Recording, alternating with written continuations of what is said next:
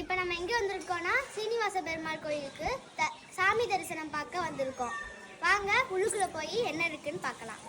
நம்ம சாமி கும்பிட்றதுக்கு முன்னாடி பூ, பழம், வாழை, பூலாம் எல்லாத்தையும் எடுத்து வச்சுருக்கோம். தட்டில்